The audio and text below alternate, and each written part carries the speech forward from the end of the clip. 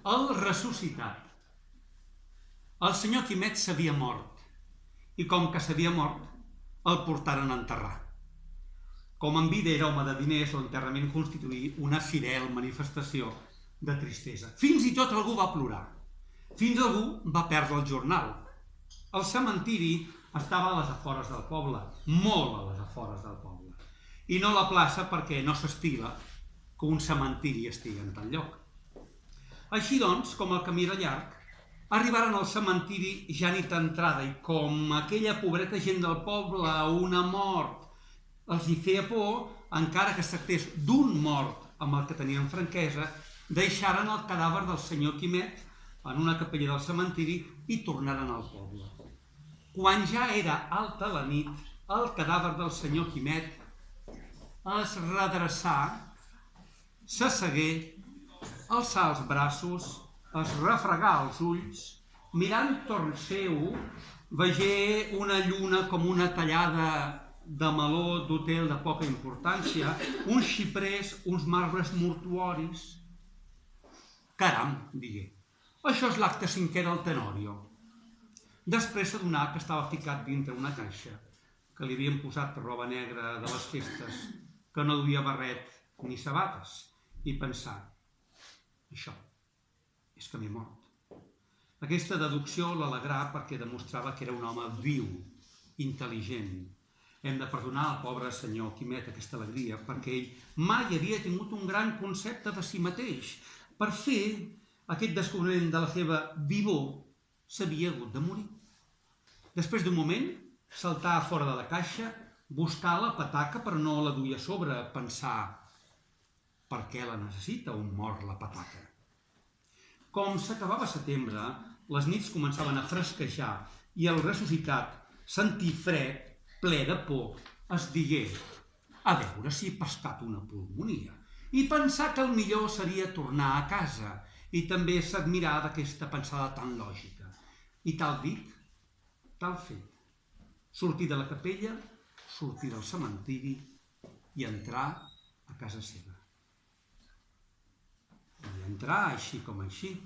L'espant que la seva presència causà arrencar uns crits tan aguts i esgarrifosos a la serventa que la senyora, la que es pensava ser vídua, preguntà des del llit: «Qui hi ha?» «El mort!» Gisclà, esfereïda la noieta, però el senyor Quimet pogué tranquil·litzar l'esposa. «Deixa-la dir, sóc jo». Una resurrecció mai no és una cosa agradable. Més que per al ressuscitat. Per molt que s'hagi plorat el difunt, per molt que s'hagi sentit la seva mort, si ressuscita, aquest fet té sempre l'efecte d'un engany, d'una estafada, d'una broma de mal to. La mort, segons asseguren alguns, és una cosa molt formal. Per això, per la seva formalitat, té bromes d'una crueltat refinadíssima, d'una crueltat elevada a la quinta potència, que és la crueltat que abans tingueren els inquisidors. Avui ja no la té ningú més que la mort, tot està en decadència. Al senyor Quimet, l'endemà de la seva resurrecció, li succeiren tots aquests incidents desagradables que anem a enumerar. Primer, deixar de ser el senyor Quimet, que tothom coneixia i apreciava pels seus honestos costums, la manera d'administrar les seves finques i d'educar els fills, per a convertir-se en aquella cosa misteriosa i espantable que és un ressuscitat. Segona, es trobà amb les notes i factures del seu enterrament i hagué de sofrir la tortura d'examinar-les, de veure si l'estafaven, i es negà a pagar-les perquè deia: «Però si no m'he mort!» «Però l'hem enterrat», li respongueren. I, esclar, hagué de pagar. Tercera, la seva dona es negà a dormir amb ell.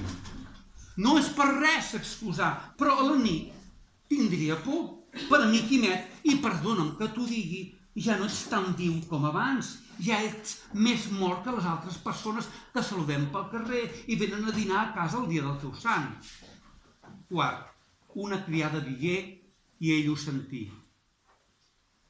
«Té olor de mort». Aleshores, ell temé que aquest color ja no li marxés mai més. I com el pobre no volia tenir color de mort, buscar i hostatjar a casa seva un professor de cultura física.